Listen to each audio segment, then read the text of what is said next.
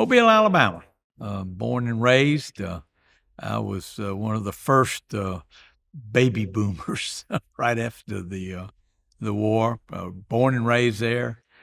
Went to public schools and had great education at Murphy High School. Then there was a big contingent of us, and can't even tell you why today. We all decided we wanted to go to the University of Montevallo. They had just added males to the equation a couple of 3 years, so the ratios were pretty good. My intention was just to go there a couple of years. I was in pre-law and going to the university and pursue law or history or political science or something like that. And all of a sudden, I was getting some scholarships and I was playing golf there. And so I stayed and had a great 4 years education and still have a great love for the university and continue to be supportive of them.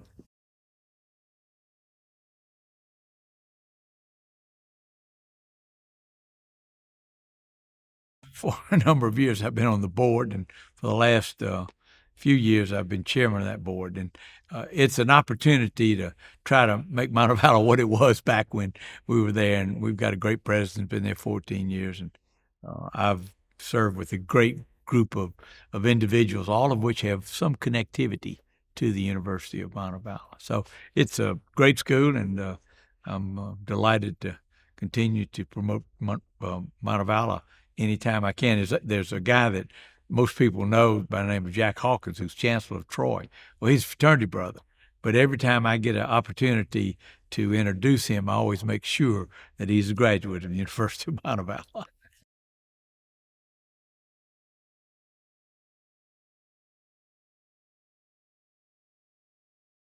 As I indicated, I was thinking about going on to law, or maybe even to go into public administration.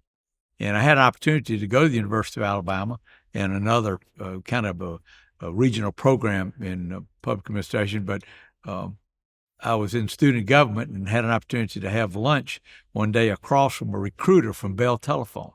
And we just got to talking, and he wrote me a letter and said, enjoyed visiting with you. Would you consider, coming and visit about coming to work for Bell Telephone? And I'd met a redhead from Dothan, Alabama about that time, and we were talking about, we'd been dating for 4 years and talking about maybe getting married. And so I decided, since I was going to get $50 gas money to go to Birmingham, that we'd go up and have a nice little visit. And I did, and I ended up going to work for Bell Telephone in 1966 in Birmingham, and stayed there for 17 years. Once I got moved to Montgomery in 1977, it's kind of a regional division here.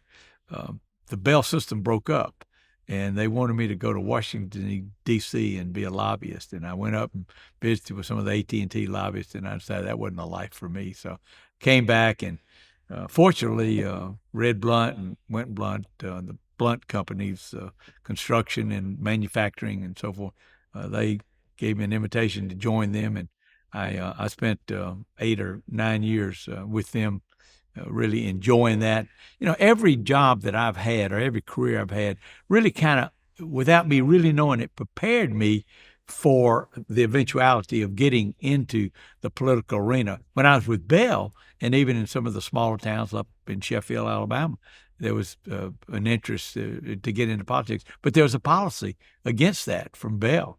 And I've always been kind of in the public arena because it was good for the companies, it was good for me, and United Ways and Chambers and things like that. But after the Blunt, I went with Red's son, and we started the entrepreneurial business of buying businesses. And so after Blunt, we bought several businesses, the biggest of which was the automotive industry. And we had 12 franchises here. And he was running for governor and doing all these other things, and I was trying to run a company that I had no knowledge about how to run an automobile. But as with everything, if you're smart enough, you surround yourself with the right kind of people. And in 1999 and 2000, we actually sold that business and gave me the wherewithal to say, okay, what am I going to do now? Am I going to go risk what assets we had, or we're going to just kind of invest it and see what else is out there? And so we made a decision to do some investments and see what's out there. And all of a sudden, the politics came. A guy named Bill Joseph, who had been on the county commission for 40 years, he was in my district. He was a Republican, and certainly I was partners with the head of the Republican Party, so I had those leanings, and I was able in 2004 to run.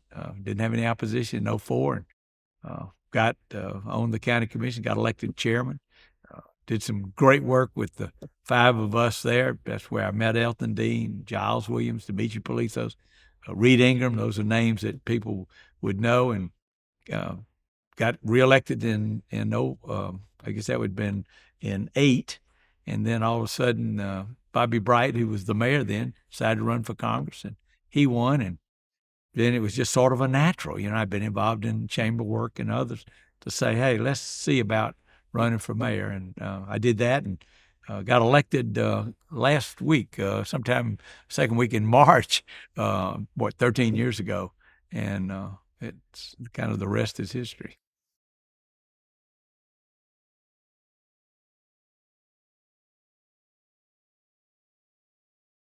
Well, I probably need to even say that after we sold our businesses and we closed in February of 2000, I ended up working for the governor as head of economic development. They called it then the ADO, Director of the Alabama Development Office. Now it'd be called the Secretary of Commerce. Greg Canfield is in that position. And so for 3 years, I had the opportunity to do economic development along with all the others in the state. And it just so happened that the Hyundai recruitment had just started.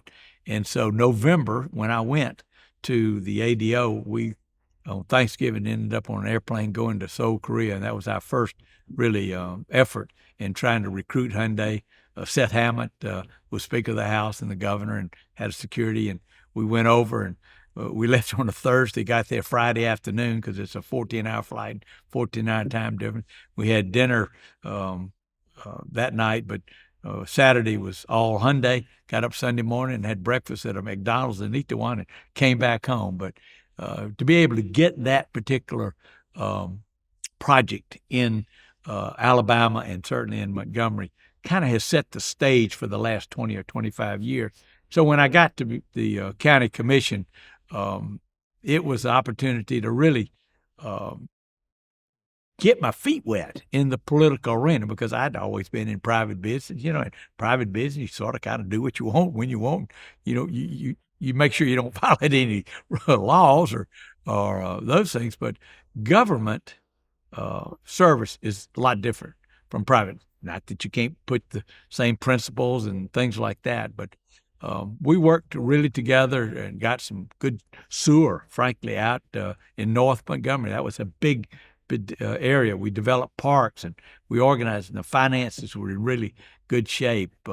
So we did a lot to make sure that Montgomery County and city kind of worked together because it's always kind of been a not so much a smooth situation. So Bobby Bright was the mayor. I was the chairman of the county commission. So we did do a lot of things. A lot of the expansions of Hyundai, certainly what went on with the riverfront and the stadium and the Renaissance. And really, the whole program, the downtown redevelopment program, was initiated under Bobby Bright. But as a county, we in fact contributed a few dollars to it and had a say into what it might look like. And so as we move forward and we end the county commission opportunity and get into the mayor's office, we just kept on going, frankly, to develop that particular plan. But I will always be indebted to the county administration. Donnie Mims was a premier administrator, and those other 4 commissioners. We had a good time, and we made some really good progress.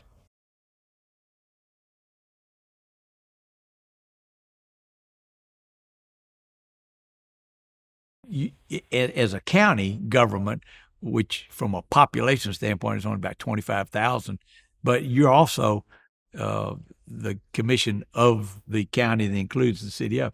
But we were able to do renovation there at the old advertising building. We built the new jails and some of those things. And so as we again move into the mayor's job, I knew what the county commission was capable of. Also knew what the Chamber of Commerce was capable of. And so trying to put a Chamber of Commerce, a county commission, and a mayor and city council working together was a really early goal. And when I left, Elton Dean got elected to the chairmanship, and it was with some frequency that we would have meetings between the city council and the county commission, even brought in the Board of Educations in the 10, 11, 12, 13 time frame. Today, being out of office, I know that the city and the county are coming together. It's about $82 million of federal funds that are coming, and they're trying to make these decisions. Sometimes I wonder if we're as smooth as we could have been back then. But, we'll see, because $82 million in a capital investment side of the equation really can make a difference in this community.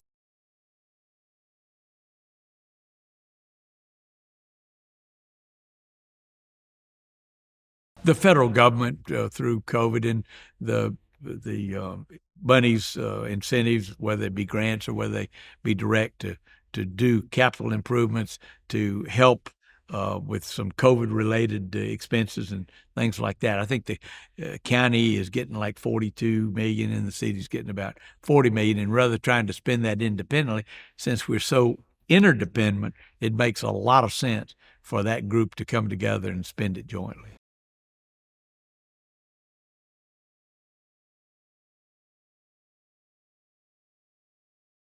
From a historical standpoint, this chamber is a bit different from other chambers. It's all inclusive. It's economic development, it's tourism, and this chamber activity. You don't find that generally. There's usually an independent effort for tourism.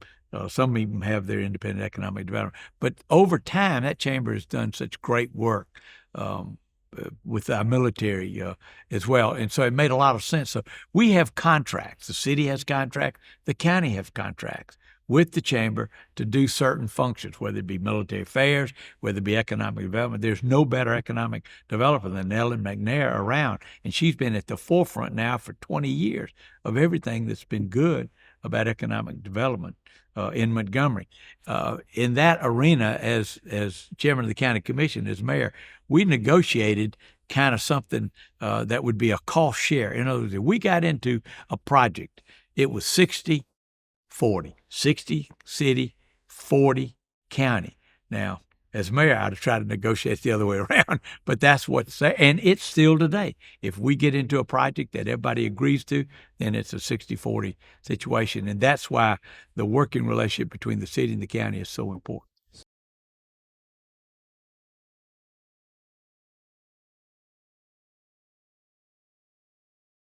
Absolutely. If we were going to do economic development and there was going to be incentives and $1 million had to go up 600, 400,000.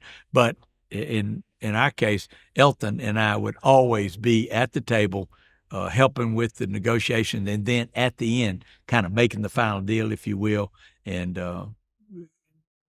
making introductions. It was always had to be us together because you just cannot separate the city and the county.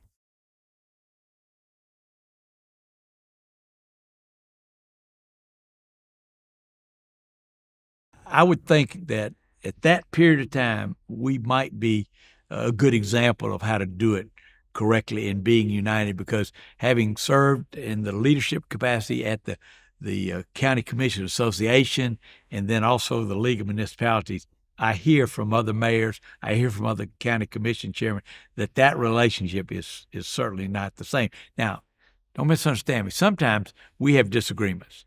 But when we do, we just sort of agree to disagree. I tell you, a big one was gas tax and how much the county got for gas tax and whether they were going to spend it in the incorporated areas. So sometimes you just have to agree to disagree, but it's always for the greater good because it's not our money. It's the taxpayer money. And the taxpayer, frankly, doesn't care and probably doesn't even know whether it's a city situation or whether it's a county situation. They don't know that take Taylor Road, for instance. They want Taylor Road to be cleaned, to be cut, and to be paved. Well, that's frankly not city or county responsibility. That's a state responsibility. They don't call the governor's office. They call the county commission. They call the mayor's office.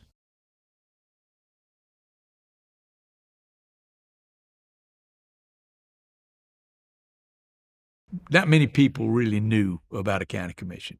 And so one of our uh, objectives was to get a higher profile for a county commission. I'll give you a couple examples. When they would have events at Maxwell, the mayor would always have a parking spot. The chairman of the county commission, forget who it is, there's not a parking spot. A Chamber of Commerce breakfast, the mayor is at the table up front.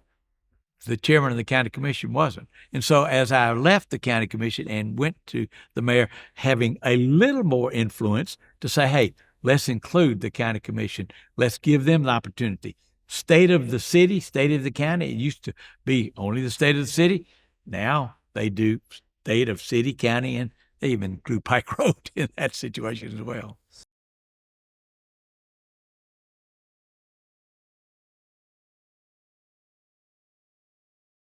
March of 2009 to November the 19th for 2019, but who was counting during that period of time?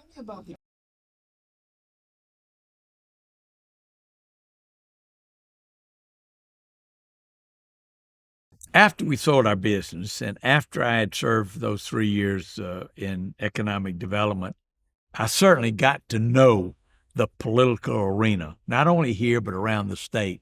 And I always was involved in community relations just because when we were in the car business, I mean, we did our own commercial. It was good for business and things like that.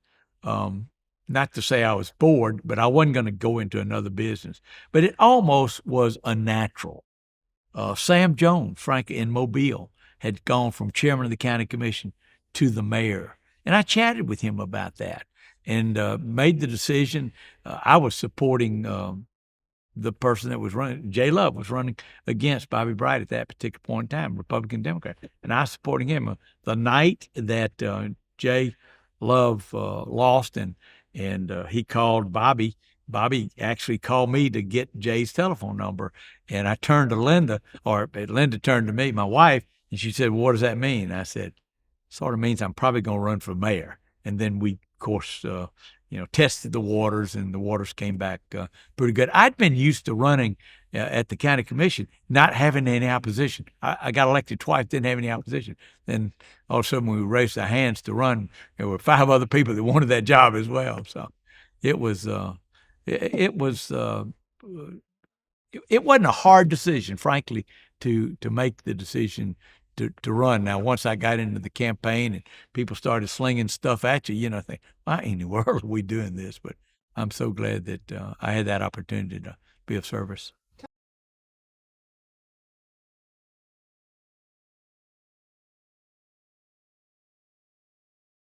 I won't name the names, but I had a lot of friends in the business community, and they were very generous with their support. And we were able to hire professional campaign, Dave Mowry, who had run Bobby Bright's campaign earlier. Dave came on and he organized the campaign, and he kind of told me what I need to do, and go knocking on the doors and going to the debates that were over there. Frankly, did a few TV commercials, spent a nice amount of money to get to be mayor for a $95,000 salary. But it was, some people love to campaign. I'm not so fond of campaigning, but it does give you the opportunity to get with the people, to get to hear what's on their mind. Now, once you get elected, the secret is to continue that relationship, to continue to make yourself available, to go to town hall meetings, to go to neighborhood associations. So, the tendency would be, let's get elected and now let's go do something else. But that was always the fun part of getting to know people. getting to know what their desires, what their needs were, and what they were thinking were the most important things, because what you might have thought was the most important thing really may not be the right thing that you wanted to focus on.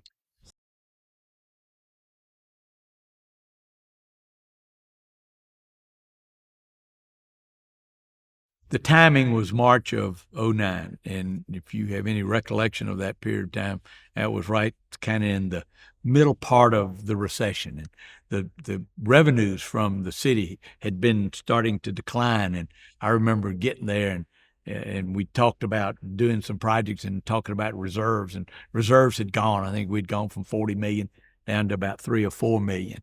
And so you look around and you say, okay, we've been chasing this car. Now we've caught it. What is it we need to do? And so we did put together a think tank, if you will, both people that were in the city and out city. Obviously, we brought in people that had helped us get to where we were. And it really focused initially on what Bobby Bright had started. He started the riverfront trying to come this way. Well, if you think about the riverfront, that's a nice idea. It's a great river, and we had some infrastructure, but the train track that goes through there, CSX, so many times a day really limits, because you can't get piping over there. You can't go under. You can't access it without going over a railroad track and things like that. And so what we did was we took what had been started, and we made sure that we preserved it and finished to the extent we could. Give you, for instance, the walkway that leads from the Amphitheater Park and tries to go up to where the crossover is. That's $1 million a mile to put that kind of structure in. And so we could not spend $1 million a mile all the way out to Maxwell, because that was the goal, to get there. And so we came a little bit past that. Now, the stadium had already been completed, but there was a grocer's alley right there at Tallapoosa, and it went and it stopped. There was railroad tracks had gone in where they delivered the goods and services.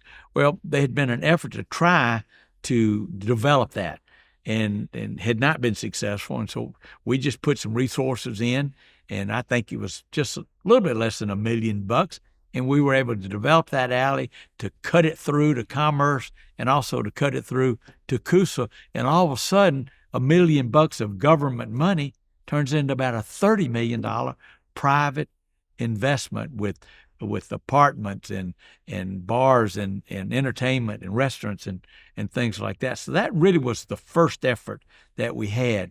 And then again, we're still in the recession. There's not a lot of money, and you go to Dexter Avenue at 5 o'clock during that period of time, and it was vacant.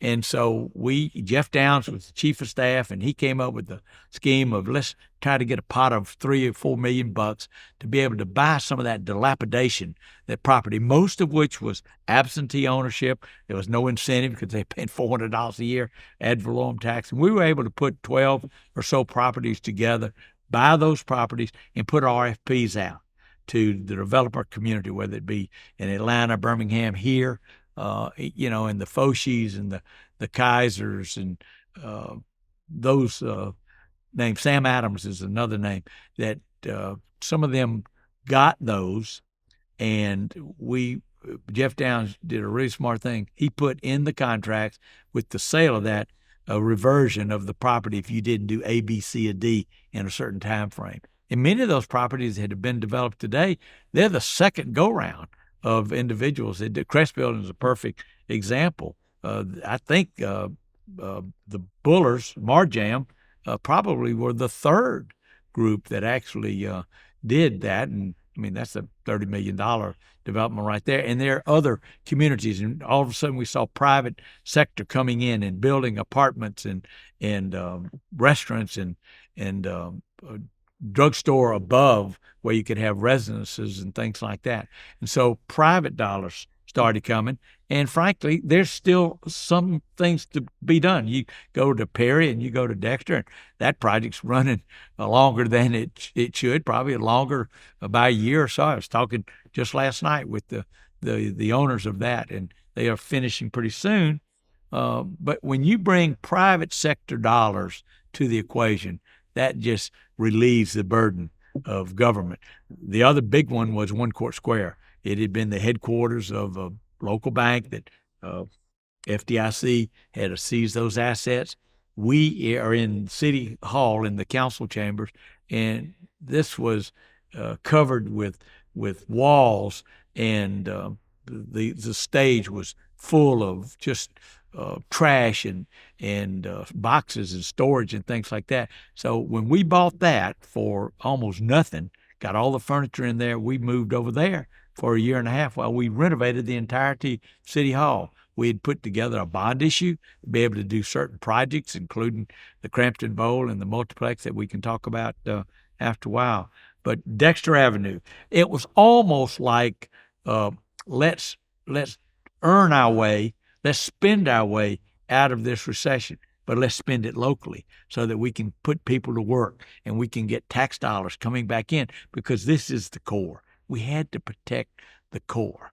And today, that's still continuing. And there's still lots of things that are left to do. But, it's always good to have opportunities to do development. At the heart of our administration, it really was all about development, whether it be development of commerce, development of infrastructure or technology or sports, develop so that the private sector can come in and spend the tax dollars to make it easy for a hotel developer to come in and redo a hotel or to build a hotel.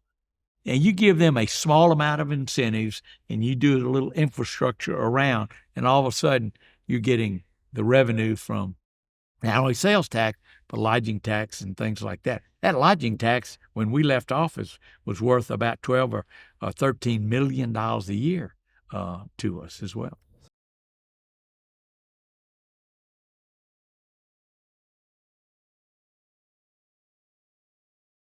And we demarcated that by the water tower. Mary Ann Neely is a great historian.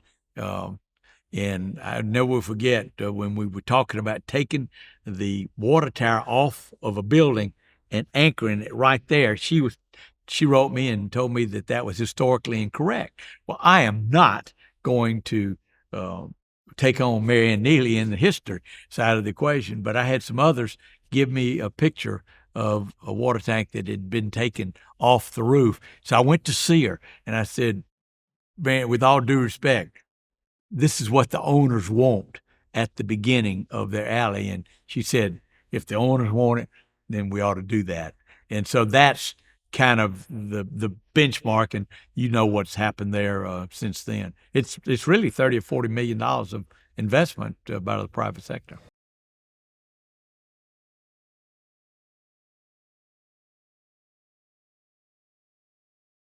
Absolutely. Yeah, because frankly, the previous administration to Bobby Bright had focused on the suburbs, the malls, and all of those areas that were driving things out of town. You know this, being of your age. Young people want to be where the action is, and they want to be downtown, and that was the national trend. And we had ordinances that you couldn't have a residence above a business. You could technically, but it had to have different electrical systems and things like that. So we were able to, through some ordinances at the city council, make it more developer and user friendly downtown. I expect we had a couple of hundred units in 2008, 2009. We probably got 15 or 1600 units that are here right now. So downtown, yes, was it?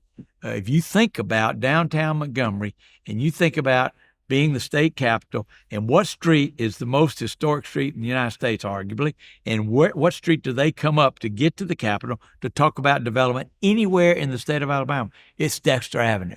And so not only did we try to make sure that we had the facades at least covered up and had a little art on it, but we spent $5 or $6 million just redoing Dexter Avenue, putting in the boulevard and making it a lot more attractive from street lights and things. I never will forget Hyundai, the head developer, guy that was doing the recruitment. He said, "Why do you have traffic lights on strings that go across your street?" And I never thought about that, because in Seoul, Korea, it's so modern. They got those cross arms. Well, those cross arms aren't inexpensive, but now in downtown Montgomery, you see a lot of the modernization that's been done over the years. So it's important from a front door to the state of Alabama to have our downtown be as attractive as it could.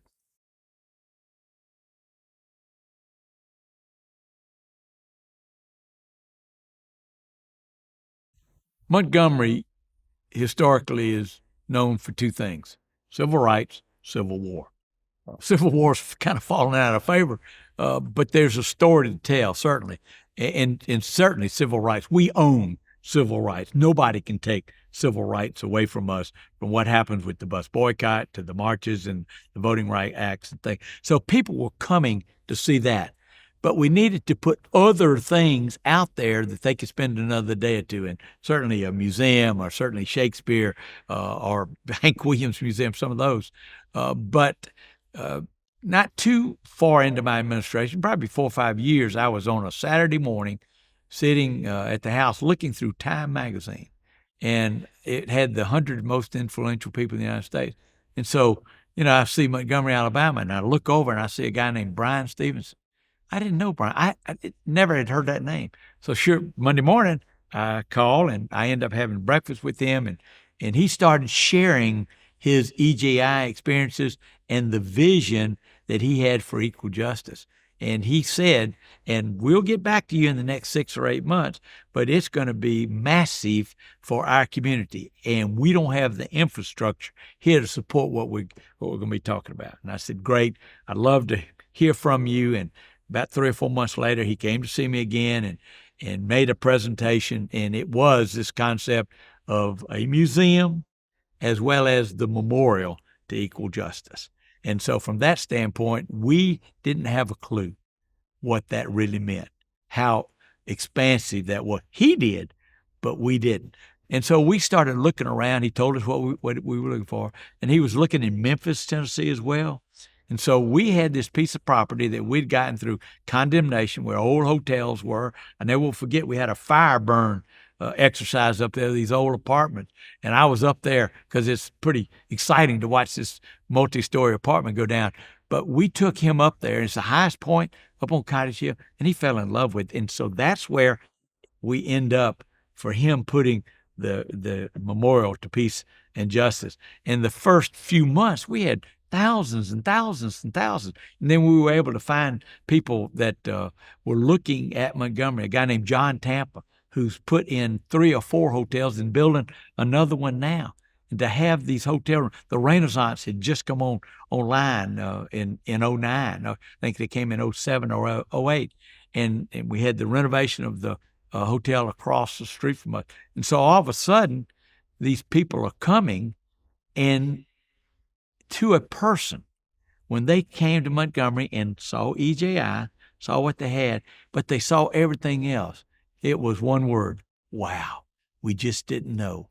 And Montgomery has always had a history of sports, blue-gray forever. In the historic stadium with Babe Ruth, with the Yankees hit a home run there. And so we created the Central Alabama Sports Commission, led by Ken Blankenship, and Carl Stegall was the chairman, and Jack Hawkins was vice chairman. And we had the mayors from the other communities, and we had business people, we had sports figures, and they came up with the concept of, well, let's do something to make our facilities. The guy named Wiley Steen, he was head of Parks and Rec. He couldn't walk really well then, but he took me to Crampton Bowl from the field, and we went up all of those flights of steps into the wooden press box, climbed the ladder to get in the press. I said, I get the message. We need to renovate this, don't we? And the answer was yes. And so we started doing that, and all of a sudden, this sports commission said, why don't we do something else? And we hired Troy to do an economic impact of putting in a multiplex. We're going to call it the Sportsplex. Glad we didn't, because we do so many more things there. But the payback on that was very short. And so we were able to do the multiplex, Crampton Bowl. That led to all of the high school championships here, Camellia Bowl, the Kickoff Classic, and, ESPN, we developed a great relationship with ESPN. They did made-for-TV football games and put them right here in Montgomery, Alabama. And so all of those, even Lagoon Park and AUM soccer fields and all those other things, sports and tourism and business, because that's the three-legged stool because of being the state capital. That's what's driving the numbers of tourism. And that's good, clean, efficient dollars that come into our community. Turn over about 5 or 6 times.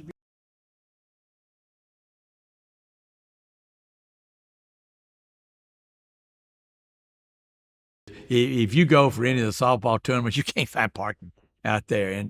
And frankly, the AUM soccer fields that the city owns and has a great partnership with the YMCA, actually, and you look at the area in that neck of the woods, their occupancy from a standpoint of tourism and hotels is actually a little higher than it is downtown. At its height, it was in the mid 80s. But it's the entirety of the city. Now, we've not been able to get on the west side except for the Gateway Park, and that was something that Bobby frankly actually started.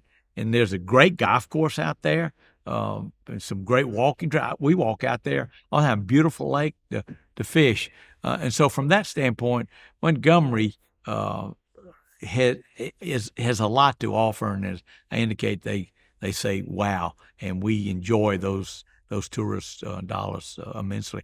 Going back to the retail side of the equation, what we still need in downtown Montgomery is retail. Everybody talks about the grocery store. Well, we don't have enough core yet to have that grocery store. Actually, there are 4 places downtown, 3 now, I guess, that you can actually buy groceries. But East Chase was thriving, and but there was still a hole right there on the other side of and so when we had gone out to Austin, Texas, to look at some of their things that we could do, particularly technology, particularly downtown redevelopment. They had a college, they had government, they had a river. They had a lot of bats out there too. It was really interesting. But we took 50 civic leaders out there, and we came back with the concepts that they had. And so while we're there, that's where Whole Foods was headquartered. A different culture. Jimmy Louder and Don Hathcock and myself, we had an appointment with the head of development. And, they had flip-flops and cutoffs and all that kind of stuff in their work environment. We dressed to the nines, So we go in, and the head of development was from Huntsville, Alabama. And we said, man, this is a slam dunk, And so we made the pitch about Montgomery and great and how we were going and all that kind of stuff. And she looked at her number 2, and she says, I don't think Montgomery, Alabama's on our radar screen. And he said, no, ma'am, it's not. I said, you got to be kidding me. He said, yeah, but Jackson, Mississippi is. I said, please tell me you're not going to Jackson, Mississippi before you ever look at Montgomery, Alabama.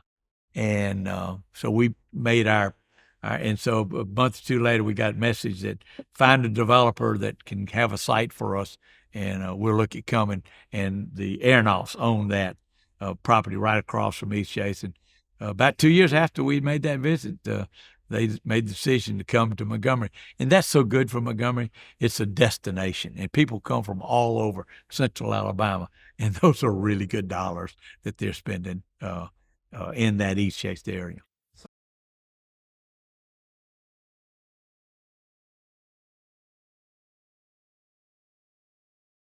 Well, the obvious one was we came in and we were in the middle of a recession, and we didn't have a lot of wherewithal to be able to do things.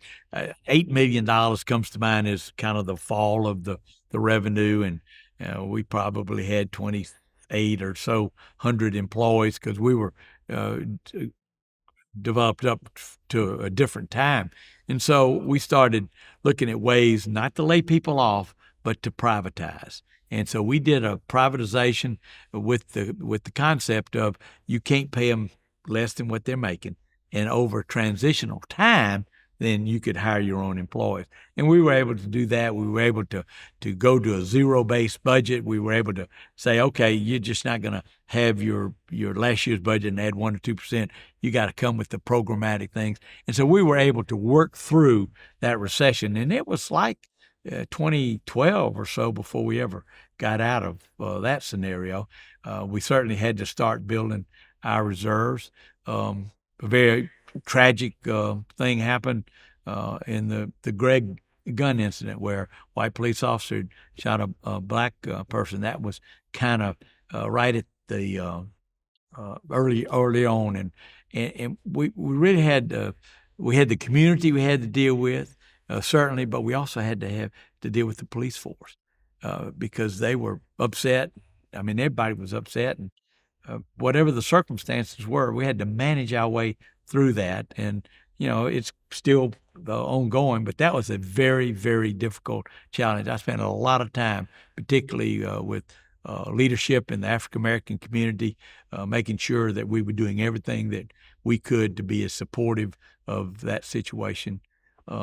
Also, unfortunately, we had to make a change later with our police chief, and that got to be pretty public in this room right here with a nice press conference that really didn't turn out as well as we'd like.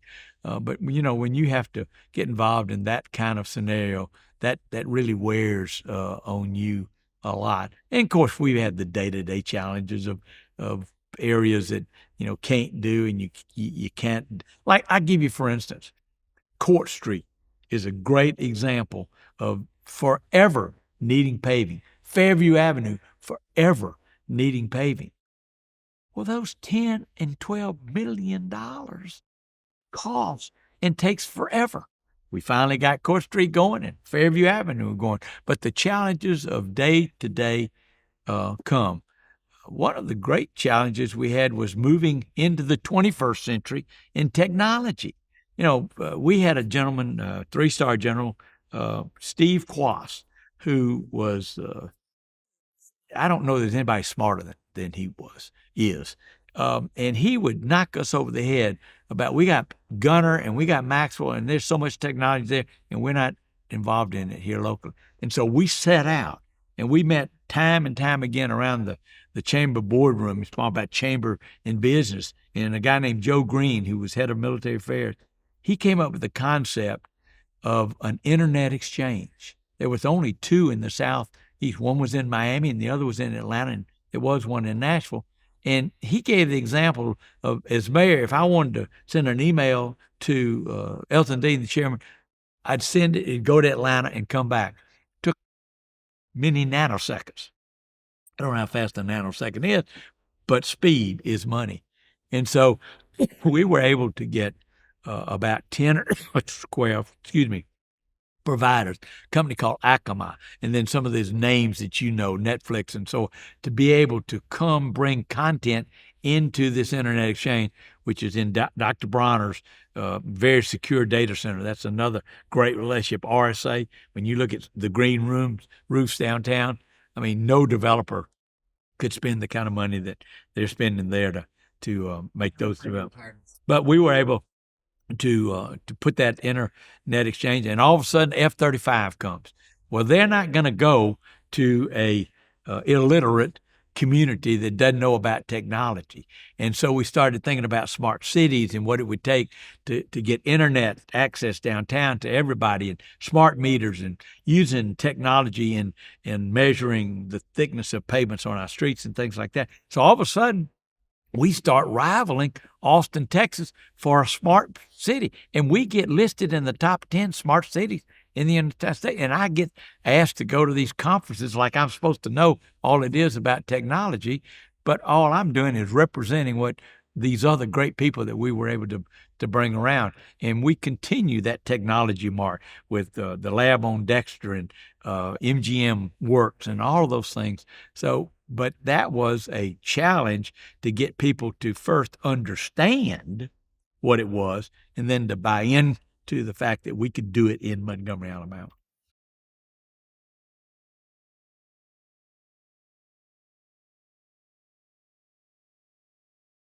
Montgomery had decent education for so many years, and then I cannot tell you what happened. But we wake up one morning, and all of a sudden education is just gone down the tube.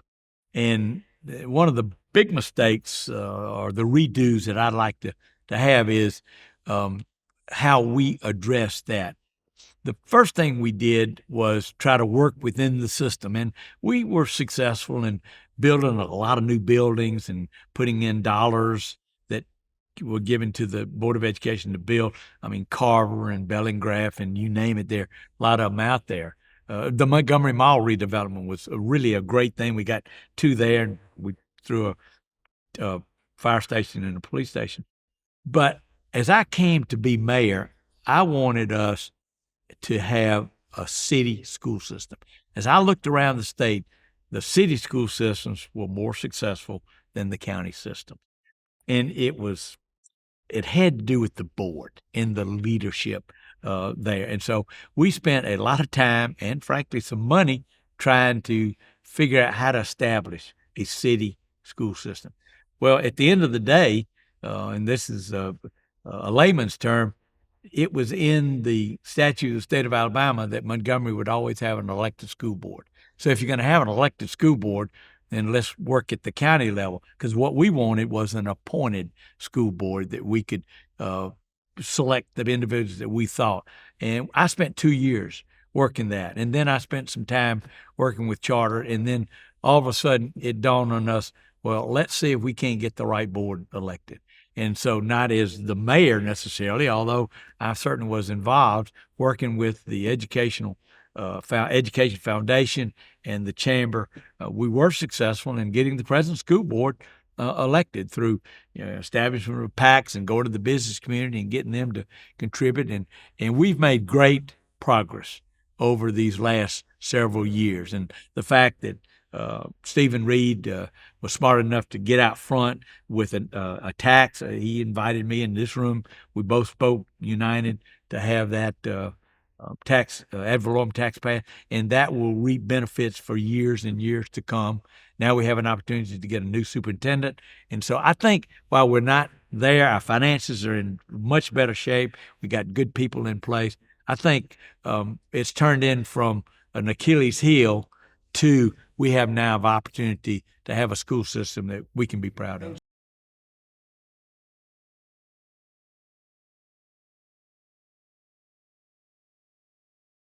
It's we're very, very low. The county put a 1 cent sales tax in right before actually I got to be on that commission, and so to say there's enough money, there's never enough money. But as we know today, the Educational Trust Fund is very healthy, and we're now getting the wherewithal to be able to do some of the things that we've never been able to do.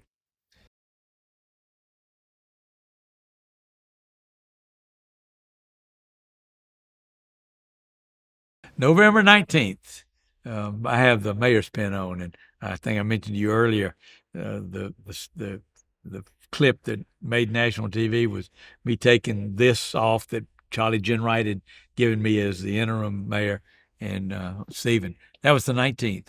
3 days later, for 3 weeks, I went on a cruise to Australia. Best thing we ever did. It cleared your head.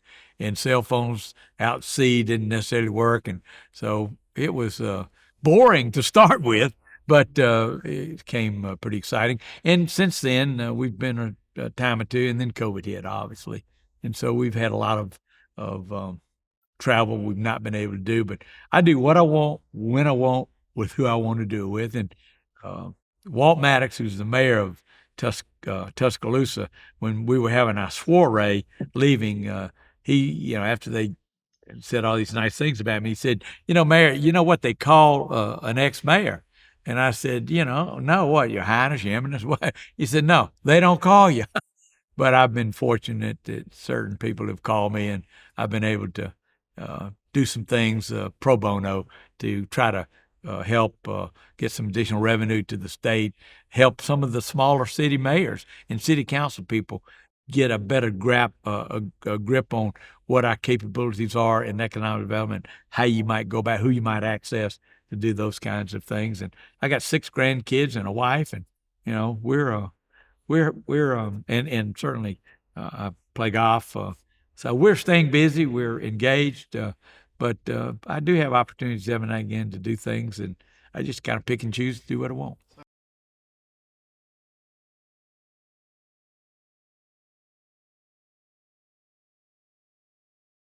We have got to raise our educational standards. And when we do, we've got to be able to tell the world about those perceptions, reality. This negative perception we've had with our educational system for many years now has got to change. We are changing, but we need to do a better job of tooting our horn. The city of Montgomery needs to do a better job of tooting their horns and promoting themselves, not only as a tourism center or a governmental center, but an infrastructure, technology center. So we got to be able to do that. And we got to continue to get jobs, because at the end of the day, jobs make the world go round. You know, the success we've had over the last couple, 3 months with some of these announcements, those seeds were started 5 and 10 years ago as a transportation hub and a transportation center, because we had the natural 65 and 85 here. And so we're being able to do that. Some of the people that are coming today, we talked to 5 and 6 years ago. We continue a conversation with Hyundai. We got to make sure that Hyundai continues to appreciate the fact that Montgomery, Alabama wants him and frankly needs him. One of the real reasons they came here in 2002 is they felt in their heart of hearts that Montgomery wanted and needed them better than Louisville, Kentucky, is where the competition was. And so the historic new leadership that we have, we've got to make sure that the mayor's office and the city council office work hand in hand. We're not doing that as well as we need to. The mayor and the leadership of the council need to meet with some regularity to be able to hash out differences they got. Like I told you, we never always agreed, but sometimes, you know, politics is the art of the possible. And let's don't make perfect the enemy of the good. So let's get out there and do what the citizens want. There's an opportunity now. You asked what we need to do. We started the first strategic plan in over 50 years. It took us 3 years to get that strategic plan done. It's done. It's been done now. You see a lot of the publicity. It is a great roadmap. Let's don't keep it on the shelf. Let's take it one by one. We cannot do it all in one day or 1 week or even 1 year, because this ship is a big ship, and it takes a minute or two to turn that ship.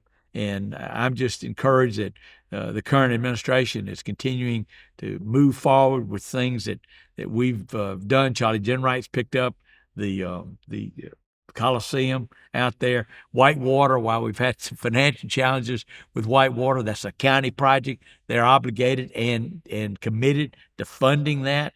We, the city, gave them all the property and all the taxes that's going to happen. That's a $15 to $20 million investment. So, I mean, that's a big investment in a $60 million project. So, I think certainly the future is very bright for us, and it's always what's in front of us is better than what's in the past. There's a joke about the coffin that has the spoon on it. And somebody said, well, why is that spoon there? He said, don't you remember your mother, your grandmother said, keep your spoon because the best is yet to come.